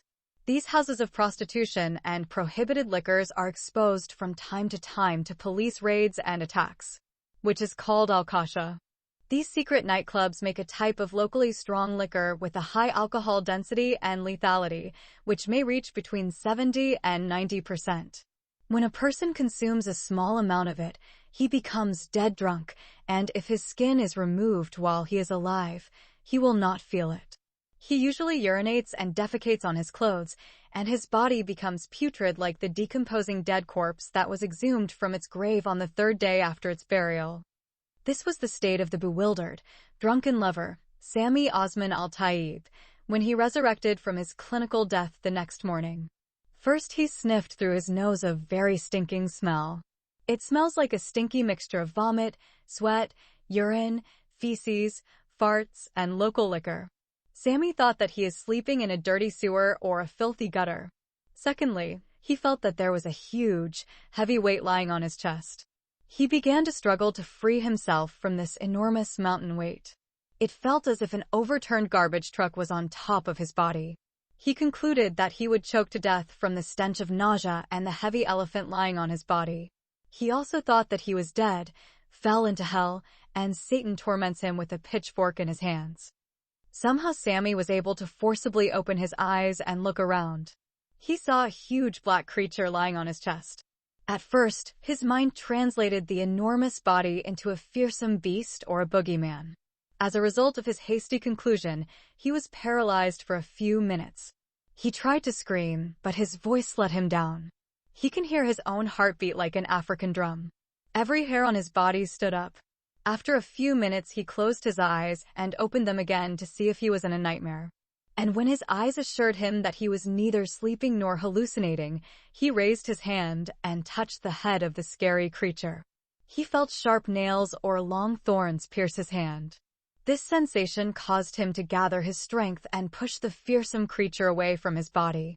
As soon as the monstrous huge body rolled away, the frightened Sammy jumped off the bed like a yo-yo. He looked back and saw a huge black woman lying on the bed completely naked. The woman's face made the sad lover remember his night's adventure in the tavern. Her frightening-looking face made him wonder how he had agreed to sleep with such an ugly woman. Then he searched for his clothes, and when he found them, he put them on and left the hut of the prostitute, as if he was fleeing from the bottomless pit of a tigress. The grieving lover fled, leaving behind his beautiful and ugly nocturnal girlfriend, Keltumia, who snored loudly as if crying from her large nose. When the sad lover came out of the hut like a missile fired from inside the den of a lioness, aiming at the outer door, the terrified Sammy saw many drunks lying on the ground in a deep sleep, as if they were sleeping in a hiding place of criminals, or a den of thieves, or his fellow sinners who were tormented in hell. They appeared to him so miserable and so hideous to look at. Sammy recognized the face of a perplexed drunkard among the inhabitants of hell as the face of his night babysitter or his alcohol Samir, the night counselor, from the night of drinking and orgy. He was the one who claimed to be a good citizen and admitted that he was a true Muslim but does all kinds of evils add vices. Mr. Sheriff Alden Wad Mizmar was still asleep and snoring loudly as if he was howling like a ghoul ogre, a dodo hyena, or a raised zombie, when the confused lover Sammy fled from the brothel and tavern of the ugly and beautiful prostitute, Keltumia, daughter of the late Mr. Karbus and mother of the imprisoned criminal Abu Shakura Wad al-Kalib. When the sad lover Sammy realized that he had gone to the house of vice and evil people to solve his problem, he decided that he must then go to the house of virtue and righteous people to find a solution to his intractable dilemma. Therefore, the heartbroken boyfriend of Intisar decided from the house of the ugly prostitute to go to the house of the beautiful God. He wants to go to the mosque now. He looked at his watch and it was 4 o'clock in the morning. It is still early and the new day is very dark. He walked aimlessly for a few minutes until he met an old man walking along the narrow alley. The bearded old man supports his bent body with a large walking cane. Sammy greeted him politely and asked him to show him the nearest mosque. The old man told him that he was on his way to the mosque for the morning prayer. The heartbroken lover grabbed the old man's other hand and slowly walked with him towards the house of Allah. As they approached the mosque, the two righteous Muslim believers began to hear the voice of the muezzin from the top of the minaret calling people to the first morning prayer of the new day. The sad lover is determined in his heart now to seek good guidance and wise advice from His Eminence, the blessed Maulana, the imam of that mosque, after the morning prayer. The pious young Muslim, Sammy, entered the mosque compound, performed ablution as usual, and walked into the prayer sanctuary. He found some men inside the spacious chapel. He sat in a corner and waited for the prayer to begin. A young, bearded man approached him and whispered in his ear, "Excuse me, brother. Did you perform the greeting prayer? What is salutation prayer?" Sammy asks in wonder. You must pray 2 rak'ahs to greet the mosque. Am I supposed to salute the mosque by praying over it? Yes, of course, it is a required sunnah of our gracious Prophet, Muhammad. May God bless him and grant him peace. Then the sad boy Sammy got up and performed 2 rak'ahs without understanding the wisdom behind them.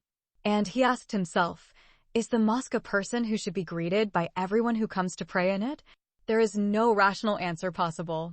When he had finished greeting Mr. Mosque, the sad lover looked at the happy, bearded young man to see if he had done all that was necessary. The bearded youth smiled happily, approached him, and asked, What is your name, my faithful brother? My name is Sammy Osman Al-Tayyib. Nice to meet you, Sammy. My name is Yasin Shah al-Din Shams al-Din. Are you a new visitor to this mosque, my brother in the faith? I have come to seek the guidance of His Eminence, the Imam of this mosque. You have come to the right place and the right person. The blessed Imam, Maulana Sheikh al-Huda, will come in a few minutes. He is one of the greatest living saints of God in Sudan. He has great knowledge of Islam. He is also one of the best imams we have in the city. Graduated from Al-Azhar Al-Sharif University in Egypt. Does this mean that he is a man of God the All-Knowing? Yes, he is. Every day after the Fajr prayer in the morning and after the Isha prayer at night, we gather in a small circle and Maulana Sheikh al-Huda teaches us about the various sciences of Islam. He always invites us to ask questions. No matter how intractable your problem is, he gives you the best advice to solve it. Once you attend his religious lecture one time, you will never miss it again. This sounds very promising and wonderful. Instead of talking more, Sammy suddenly saw the curious, bearded young man standing up and rushing toward the entrance. Then he grabbed an old man's hand, kissed it, and bowed respectfully to him. And the sad lover guessed that this is the blessed Imam Maulana Sheikh Huda. Then all the believing men got to their feet and made 4 rows. As soon as the virtuous Imam reached his front place, the prayer began. It only took 5 minutes. When the dawn prayer ended, 2/3 of the worshippers left the prayer hall and left the mosque. Only 12 young men remained with their Imam and the newcomer. These 12 men, along with the grieving lover, were asked to form a circle. Then the well-known Imam, Sheikh al-Huda, came forward and joined the small group. Sammy can now take a closer look at his bearded face, which is adorned with a white beard. He is an old man with a big beard. He wears a white jalabiya and a 5-meter-long turban draped over his bald head, making him look like a terrorist leader rather than a man of God. Smiling most of the time, his face is calm. When he speaks slowly but loudly. When he speaks, he suddenly stops and smiles. His listeners imitate everything he does. When he smiled, they smiled. When he laughed, they laughed too. When he coughed, they coughed like him. But when he was angry, they were afraid. Anyway, Imam Sheikh al-Huda, that very morning, lectured his listeners about what God has prepared for the believers in paradise. He told them that every believing Muslim will enter paradise on the day of resurrection. Bad Muslims, who are also called stubborn or disobedient Muslims, will enter heaven after being punished in hell for their bad deeds. The Imam spent a great deal of time describing what God has prepared for the believers in paradise. God has promised for every male 40 virgin girls. If the believer had a natural death, he would have 40 beautiful girls, but if he dies as a martyr in the jihad in the way of Allah, he will have 72 virgins in heaven. Each of these beautiful virgins is named in the Holy Quran as Huriya. Virgins are very beautiful girls that human language cannot describe. One could see the veins in their legs because of their white colors. Virgin has a pure color like red wine in a white bottle. They are always virgins. Someone asked His Eminence, the Blessed Imam, about this strange claim. How does a virgin remain a virgin after a man takes away her virginity? Although he still understood the significance of the question, the Blessed Imam asked the inquirer to make his question more clear and acceptable. I meant to say, O our honorable Imam, how can a virgin in paradise remain a virgin after a man's dick enters her pussy and breaks her hymen? Maulana laughed for a while and everyone laughed with him. Then he said while smiling happily, fortunately that our blessed Prophet Muhammad, may God bless him and grant him peace, said in one of his authentic hadiths, Daman, Daman. So if a man rises from the body of a virgin, she returns pure and virgin again. This means that the Almighty God will automatically make her a virgin every time she loses her virginity.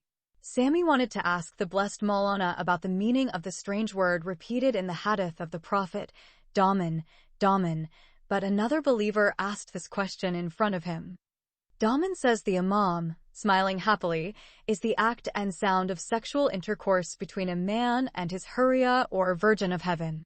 And that is when the man inserts his erect penis into the vagina of the naked virgin, rubs it hard, enters it, and takes it out quickly until he ejaculates his semen in overwhelming pleasure and great happiness. Sammy wants to demand more clarification of such strange and immoral teachings, but he is afraid of being accused as an atheist, communist, infidel, or apostate, and then thrown out of the mosque or killed in one way or another inside the prayer hall. The virtuous Imam continued to talk about this interesting subject, making him and his listeners sexually excited, and their dicks erected like cannons over war tanks. These beautiful virgins will be given to faithful Muslim men as eternal sexual partners. If a Muslim gets 1 or 4 wives in this lower life, the 40 virgins will be added to his harem in the upper life. Although afraid of being misunderstood this time, Sammy took a calculated risk and posed a question to the Imam's ever-smiling face. What about the woman who was created with us now in our world? Sammy asks. What will the believing Muslim woman get in heaven? She won't get anything. There will be number 72 male virgins in heaven for a woman.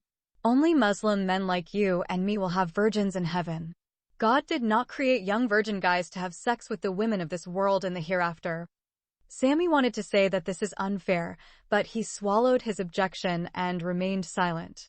And he understood that this objection is explained by saying, God is unjust, and this is the worst of polytheism or disbelief in Islam, which makes a person an infidel and an apostate who deserves to be killed. When he saw Sammy, he remained silent. Maulana continued his lecture on sex and the virgins of heaven. The messenger of God, may God bless him and grant him peace, said in one of his authentic hadiths that the majority of Muslim women will go to hell. But if a faithful Muslim woman goes to heaven, she will be added to the heavenly virgins and again become the wife of her earthly husband. Someone asked a question that Sammy hadn't thought of. And what about the Muslim woman who died without marrying a Muslim man in this life? What about her? Maulana asked anxiously. The smile died on his lips and his face became extremely restless. Sammy realized that the highly educated Imam was now facing a difficult and unanswerable question. The inquirer decided to spare the troubled Imam the burden of answering his difficult question by canceling it, but another curious believer explained the inevitable question. Our blessed Imam, the new inquirer, says, if this good Muslim woman dies and goes to heaven, who will be her husband in heaven, because her fate in this worldly life did not make her a life partner for any Muslim man? In other words, she remained unmarried and a virgin all her life. God only knows who her husband is. There is no mention of such a situation in the Holy Quran, nor in the blessed Sunnah of our beloved Prophet and Messenger. Sammy and the other 2 inquirers want to say this is unfair, but they fear being seen as saying that Allah of Islam is a misogynistic God. Avoiding accusing God of being the god of chauvinism and misogyny in his holy books, the Quran, and the hadiths of the Prophet, the 3 swallowed their conclusion. After this apparent failure, the blessed Imam quickly changed the subject of sexy virgins and started talking about drinking wine in heaven. He said, drinking wine is strictly forbidden in this worldly life, but in the higher life drinking wine is allowed for believers. The immortal boys will go about with jugs of pure wine in their hands and visit the faithful men who recline on comfortable sofas and pour wine into their glasses. Every man has 100 beardless boys. These boys are very beautiful. If you see them, you think they are all the scattered shining pearls or sparkling jewels. Sammy wondered why God commands in his law that if someone drinks alcohol, he must be flogged with 80 lashes. Why is drinking alcohol forbidden in this lower world and halal drinking alcohol in the higher life?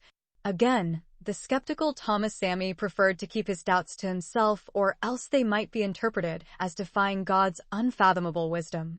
Anyway, while His Eminence Maulana Sheikh Al-Huda was describing the beauty of virgin girls of paradise and the taste of heavenly wine, he mentioned two things which disturbed the sad lover.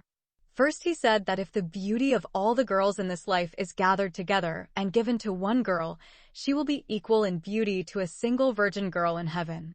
Even Miss World, Miss Universe, American Hollywood movie actresses, and Indian Bollywood superstar heroines cannot compete with the Huriya virgins in heaven. When the virtuous Imam made such a comparison between the girls of this earthly life and the virgins in the life of the highest paradise, the handsome lover Samy was shaken in his love with the lovely Intisar. He also remembers the unfair comparison he made with his night advisor, Sharaf al-Din Wad Mizmar al-Agabash, between the ugly prostitute Kaltumia and his beautiful girlfriend Intisar. Secondly, the blessed Maulana said that whoever drinks from the wine of this worldly life will not be allowed to taste the good wine of heaven. Samy felt sorry for the bitter homemade liquor he had drunk last night with his night counselor, Sharaf al-Din Wad Mizmar, or the so-called honor of the religion of Islam. When the virtuous Maulana al-Imam al-Mubarak finished his interesting worldly lecture on the practice of fornication, drunkenness, and orgies in paradise, he invited his listeners to ask their questions. The listeners asked many questions about the virgins and wine in heaven. Samy did not care about any of these unethical, inhuman, and unjust questions for the girls of paradise, with the exception of some abnormal and strange questions. Someone asked Imam Maulana whether the Virgin of Heaven will have a circumcised and purified pussy like the girl of the earth, or will she be an uncircumcised girl like the daughters of the infidels such as the Christians, the Jews, the Hindus, and the Buddhists? The virtuous Imam laughed and said frankly that he had no knowledge because neither the Holy Quran nor the honorable hadiths of the Prophet mentioned that. But as a virtuous Imam and one of the righteous scholars of God, he can issue a fatwa in this regard. According to his opinion and fatwa, since the Holy Prophet encouraged the purification of circumcision or the female genital mutilation of the genitals of Muslim girls in this world, it is natural and logical to conclude that God certainly circumcised the pussy of every virgin in heaven. In addition, the Imam said, the Virgin of Paradise does not urinate, does not defecate, and does not become pregnant.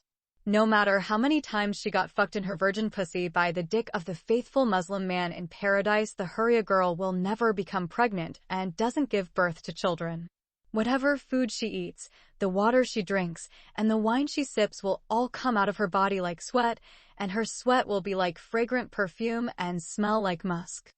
Once again, the doubting lover wanted to say, so why did God create a large ass, big buttocks, and anus hole for the virgin, since she does not need them to defecate? But he kept his question in his skeptical mind for fear that his inquiry would be considered disgusting and immoral. As Samy anticipated, if he asks about urinating through the virgin's pussy, he will be told that she needs her pussy for fucking with the man's cock and providing pleasure to her sex partner. A young Muslim man who is very interested in a virgin's private parts asked another question. Then what will happen to the sperm of the man's fluid, which are ejaculated in the millions inside the pussy of the Virgin of Paradise? The highly educated Imam knew the answer to this difficult question because he remembered an Egyptian student asking the same question to their university professor when they were studying at Al-Azhar University in Cairo. He laughed first and then said happily, the Virgin of Heaven has no eggs or uterus. She has nothing but a small, tight pussy that God created for the sexual enjoyment of a faithful Muslim man. A virgin cannot bear children in heaven because she has neither womb nor ova. But the Imam's laughter died quickly when another clever Muslim man hit him with a difficult question with no answer. Then what will happen to the earthly Muslim wife when her husband's penis has sex with her and ejaculates his semen into her pussy in heaven? You can't tell us she can't have children because we all know she had eggs and a uterus and had kids when she was here. Instead of accepting defeat or saying only God knows best, the virtuous Imam looked at the inquirer for a while and then angrily said these kinds of questions and doubts came from the accursed Satan. Then he turned his bearded face to the other men and said, are there any more good questions before I go home? When the eminent imam answered all the perverted sexual questions and was about to leave, the sad lover Sammy stopped him and started asking his questions. Our respected imam, I have come here to seek your advice and guidance regarding a serious problem that I have faced in my life. I saw a girl and wanted to marry her. But my father stood against me because the girl is from a poor family and I am from a rich family. The virtuous imam says your father was definitely wrong. Then he touched his long beard and continued saying, Our holy Prophet Muhammad, may God bless him and grant him peace, said to all Muslims, marry while you are people, and God will enrich you. But my father bribed the girl's older half-brother and asked him to marry her to another man. And this evil brother acted as a guardian and made his sister's marriage with the other man without her consent, presence, and knowledge.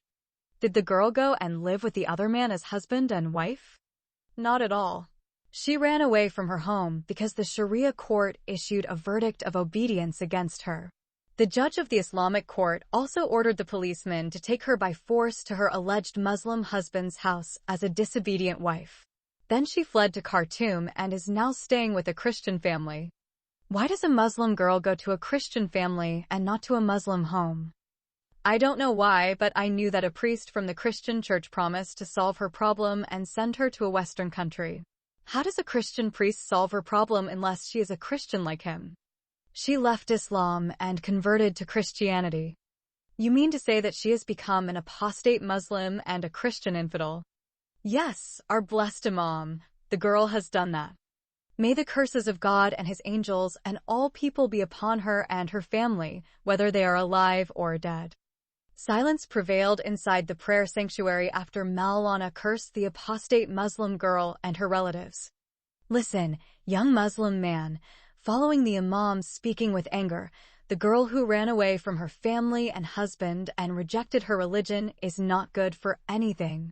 She deserves the death penalty for apostasy. She was forced to do so. Tell me who forced her to be an infidel and apostate except the accursed Satan. Worse than the devil. He's my evil father. I seek refuge with Allah from the accursed Satan. Why did you say that your Muslim father is worse than Satan? Because he is the one who caused my girlfriend and fiancé to run away from her home and become an apostate Muslim. Why don't you forget that bad apostate girl and find the good Muslim girl and marry her? I love the girl and must marry her. Didn't you just say that she's already married to someone else? I have not and will not accept such a false marriage. It was just a conspiracy between my arrogant father, the girl's criminal elder brother who acted as her guardian, and the Mazoon who is the evil Imam Maulana Sheikh Marzouk. Listen, young man, Maulana Sheikh al-Huda shouted with great anger. Do not forget that you are in a place of worship. This mosque is also one of the houses of God. Accordingly, if you say any more obscene words against the blessed Maulana Sheikh Marzouk, the Imam of the largest mosque in the city, I will order these 12 men to beat you and then expel you from this holy house of Allah. Maulana Sheikh Marzouk is not a good moral man or a righteous Imam of a mosque as you think.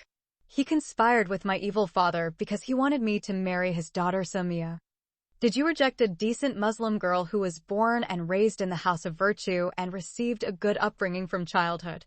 And now you want to associate yourself with a cursed woman who fled from her Muslim husband and her family and sold her religion for a cheap price and became an apostate Muslim and a Christian infidel woman? Whatever she did, I still love her. I don't like the girl Samia, who is the daughter of the Imam of the largest mosque in the city. Then go and follow that cursed apostate girl until she takes you to hell with her. That girl is innocent. She is a victim of her circumstances. Only the hypocritical Imam Maulana Sheikh Marzouk, her criminal brother Umar, and my evil father Mr. Usman al-Tayyib deserve to go to hell and burn there forever.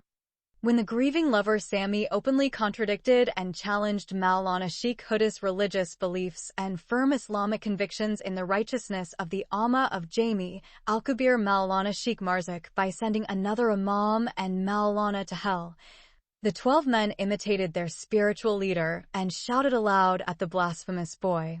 It was the Imam Maulana Sheikh Huda himself who first started beating the damned intruder and was followed in a savage attack by the 12 other faithful men. On that fateful morning, the grieving lover was mercilessly beaten until he lost consciousness and his body became lifeless. His severely beaten and horribly damaged body was then carried away and dumped in a dirty dumpster of a filthy trash container in front of the mosque. When the grieving lover regained consciousness just over an hour later, he found himself lying in a filthy garbage dumpster outside the mosque. Every part of his body caused him a terrible, unbearable pain. He felt as if he was attacked by jungle beasts or ruthless Muslim terrorists. Then he gathered his remaining strength and rose to his shaky feet. After that, he came out and poured all the trash of the dirty garbage container on his clothes. He's like a zombie that has come out of his grave after 1 hour from the time of his burial. With much difficulty, he began dragging his savagely beaten body. He walks with great difficulty, as if his feet are planted in the ground.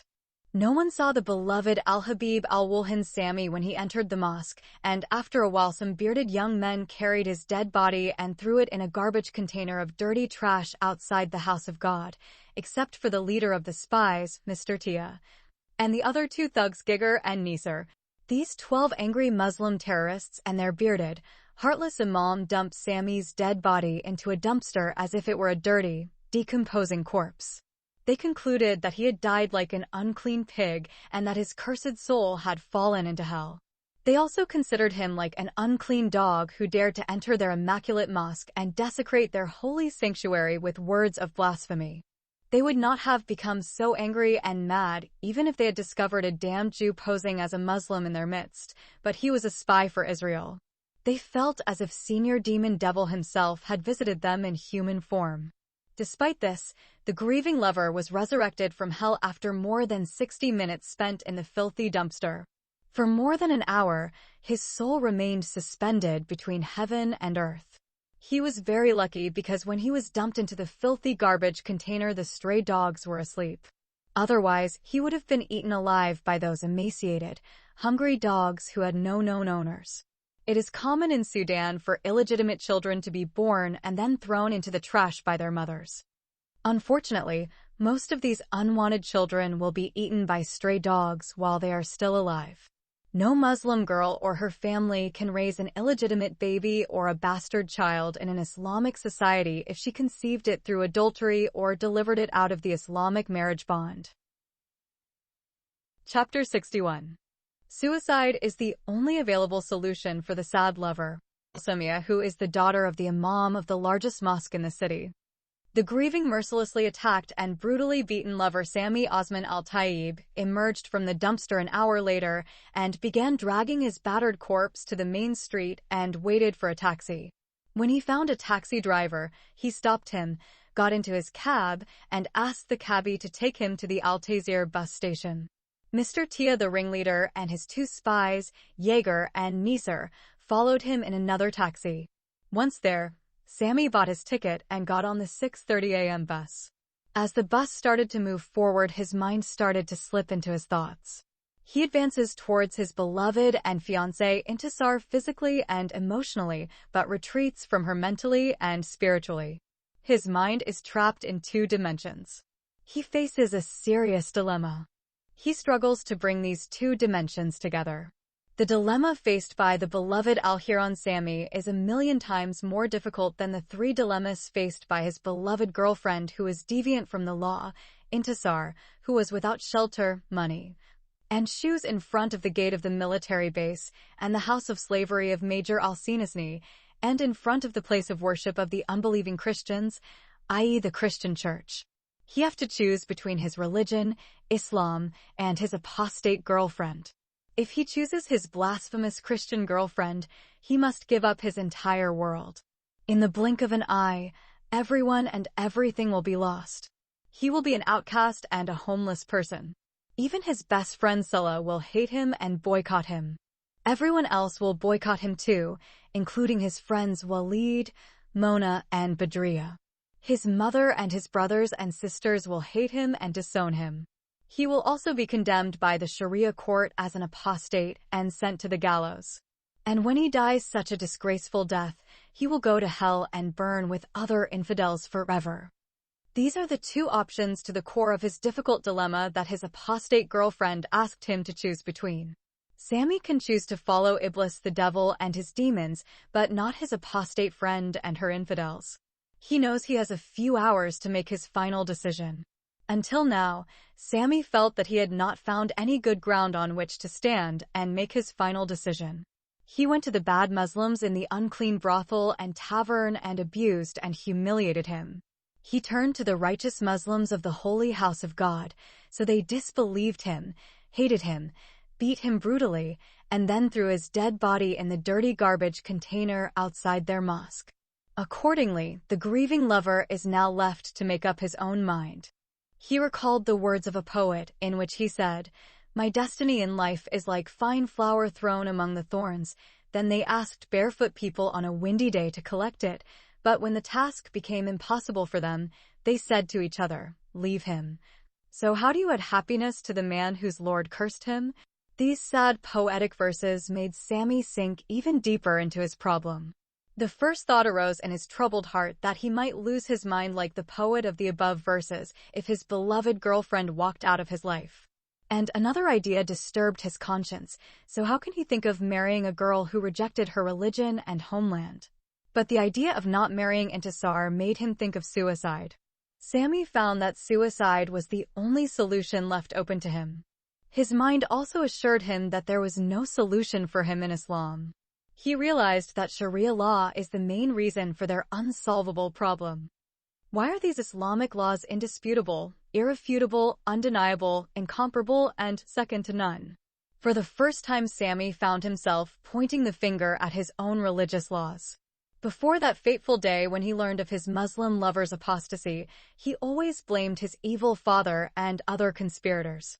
He also blamed the judge of the Islamic Sharia court for forcing the innocent minor girl Firdaus to live with his evil father, who raped her to death under the pretext of permissible Islamic marriage. Sammy never asked himself why the Sharia court judge had such absolute, indisputable, and unchallengeable authority to pass such an inhumane law called the verdict of obedience against the alleged disobedient Muslim wife. Through this unjust and misogynistic law, his evil father, through the cops, kidnapped the innocent girl Firdaus, raped her, starved her, and beat her to death. This same law prompted his beloved Intisar to flee her home and vagrant in the streets of Khartoum city until she fell victim to the damned Christian infidels who brainwashed her and converted her to their distorted and corrupt religion. Moreover, before that time, the grieving lover did not try to find out who gave the evil Imam Maulana Sheikh Marzouk the authority to marry the Muslim girls to men without consulting and attending them or obtaining their prior permission. And why did he allow the older brother Omar, the so-called lawful Muslim guardian, according to divine law, the right to sell his two sisters Intisar and Firdaus as sex slaves under the pretext of permissible Islamic marriage? These two fake marriages are behind all the problems that his beloved friend, her late sister, and their family suffered from, and she is still suffering.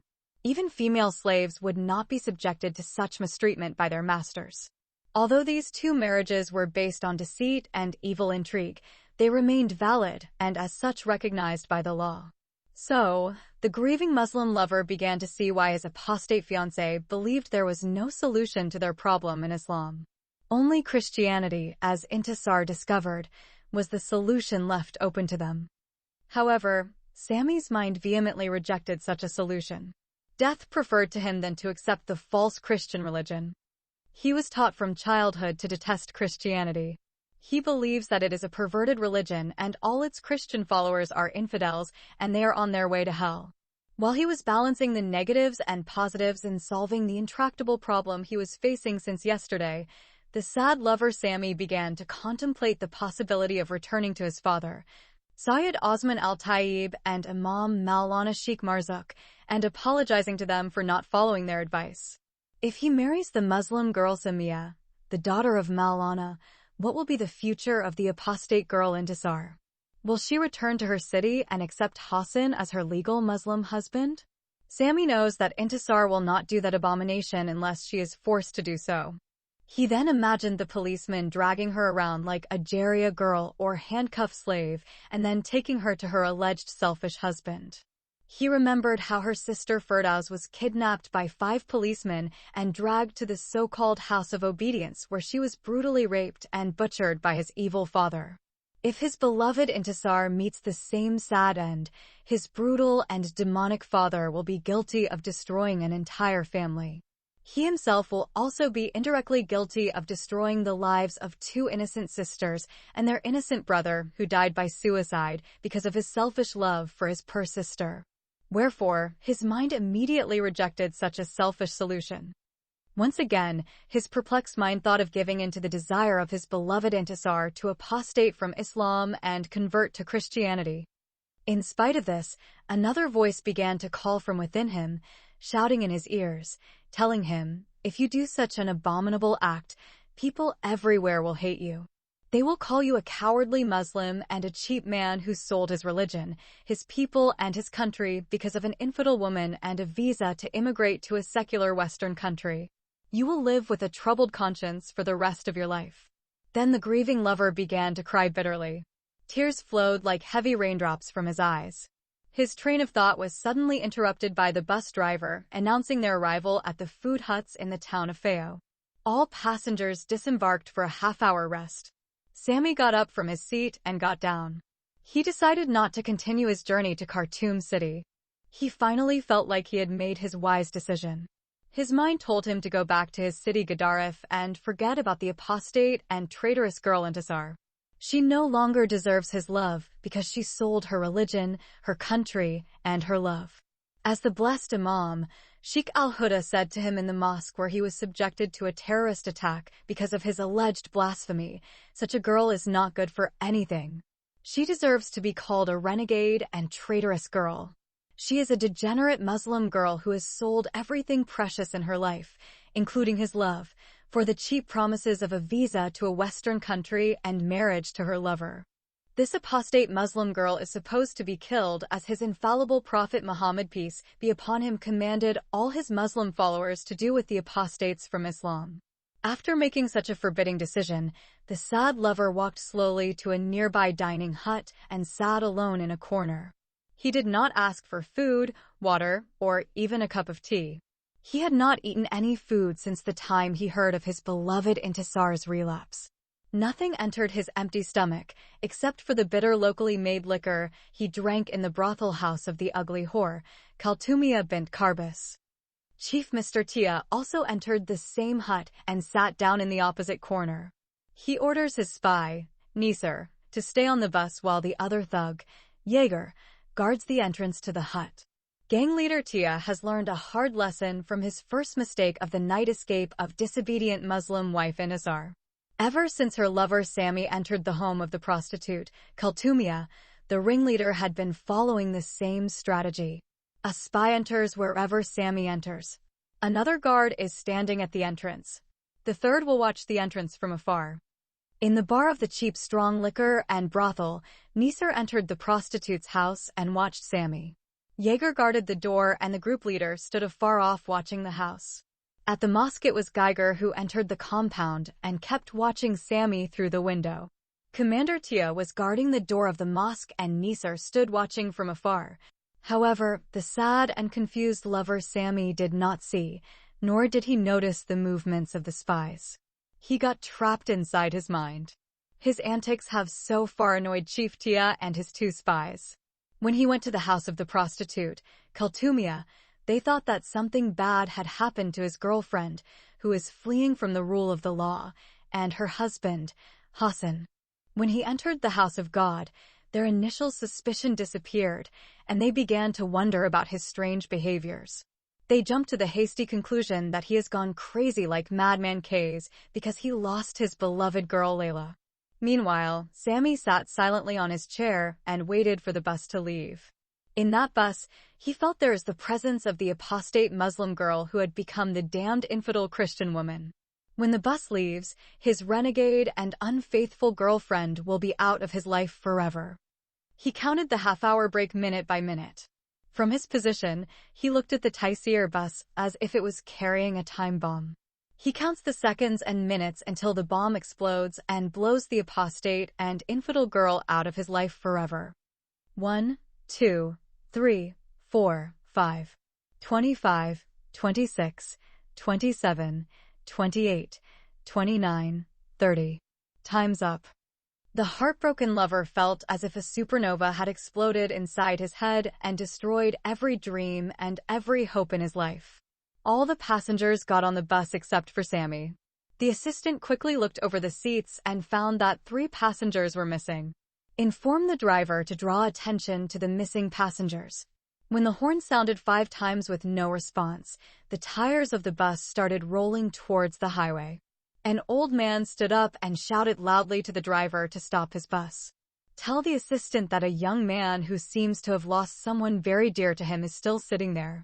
He most likely did not hear the sound of the horn due to his deep sorrow.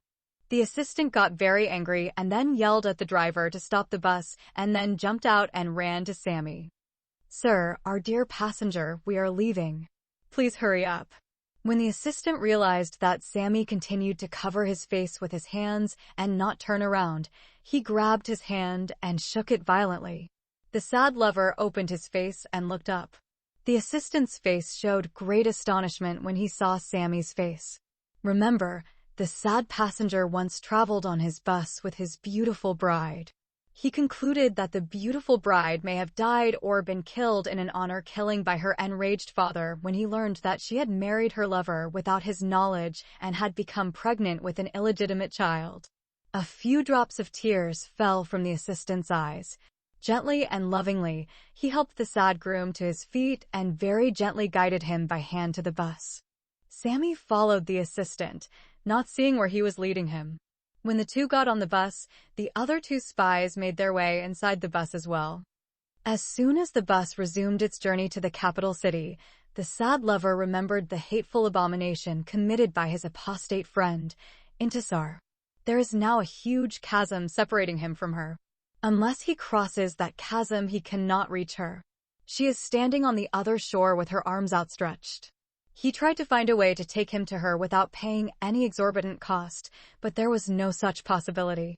So, the bewildered lover began to sink deeper into the ocean of depression and despair. The idea of suicide crossed his troubled mind. He tried to get rid of it, but he couldn't. The idea grew every minute bigger and deeper until it became higher like Mount Everest and deeper like the Mariana Trench. It is the only solution to his current miserable situation. He accepted it and decided to put it into practice once he reached his final destination. Suicide is the only solution.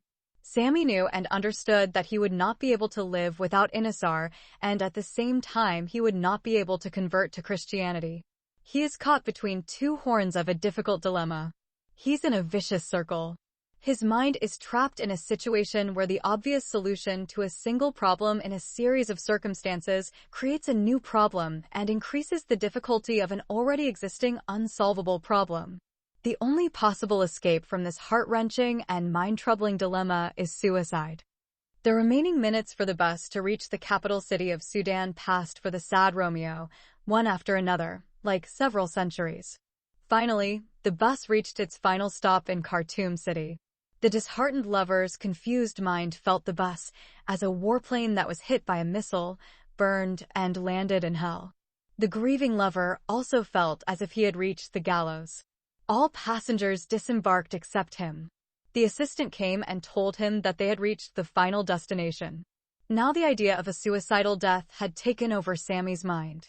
From the top of his head to the soles of his feet, his body was poisoned with the idea of suicide. Then he got to his feet, pulled his body, and got off the bus. He began dragging his feet as if they were bound by heavy chains attached to the ground. The rival lover Hassan's 3 evil spies continued to follow the sad lover Sammy from a distance. They became very surprised when he walked for a long time without taking a taxi or a local bus to the place he was going. After an hour and a half of walking, they saw him cross the Freedom Bridge. After crossing the Great Bridge, the grieving lover encountered a crossroads. One road will take him to the biggest Christian church in Khartoum, where his beloved renegade girlfriend Intisar anxiously awaits his arrival. The second path will lead him to the Blue Nile River, where he is determined to end his love and torment. It is the same river in which the brother of his late fiancé, Osman, committed suicide because he could not protect the honor and life of his late younger sister Firdaus. Likewise, the grieving lover Sami decided to commit suicide like Osman because he could not marry his girlfriend Intisar and could not prevent her from apostasy from Islam and converting to Christianity. Sami stood for a while at the crossroads, hesitating as to where he should go next. Then he closed his eyes, turned in the fateful direction, and started walking. He walked for another 20 minutes and stopped again. Here he saw the tomb of the unknown soldier. Once again, he came across another crossroads. Remembering the tomb of the unknown soldier, he preferred to die for his beloved country Sudan and his beautiful religion Islam rather than abandon those noble principles and convert to another religion and go to a Christian Western country. So, his feet carried him on the path of the Muslim martyrs. He walked for a few minutes and saw Khartoum General Hospital, where the innocent girl Firdaus spent her last days. Sad memories of her unbearable suffering at the hands of his demon father are rekindled. He felt as guilty as his evil father for killing Firdaus and her brother Osman. His anger and hatred for his wicked father was renewed. He wished in his heart that his bad father would be chained and brought naked from prison to the Blue Nile River. He will first forcibly drown his evil father inside the powerful current and then kill himself. Then the sad lover walked another half hour and stopped at the road leading to the University of Khartoum. He recalled his engineering studies and the fond memories of his love for Intisar. His memory brought him the happy day he received her first love letter. How impatiently he waited for its arrival, and how happy he was when her love letter arrived. Once again, Sami hesitated between the two demands. His heart bleeds for his apostate girlfriend, Intisar, and his conscience weeps for his beautiful religion, Islam, and for his beloved homeland, Sudan. He may have chosen to return to his beloved apostate girlfriend, Intisar, and follow the religion of the infidels Christians that she now follows, but suddenly the memory of Al-Qurayshi, the first martyr of the October Revolution, directed his steps in the path of the martyrs of his beloved homeland. In this way, the sad, confused lover of reason and conscientious singer of sad melody love songs Sami Osman Al-Tayyib continued to make his way through the crowded streets of the capital until he reached the Blue Nile Cinema.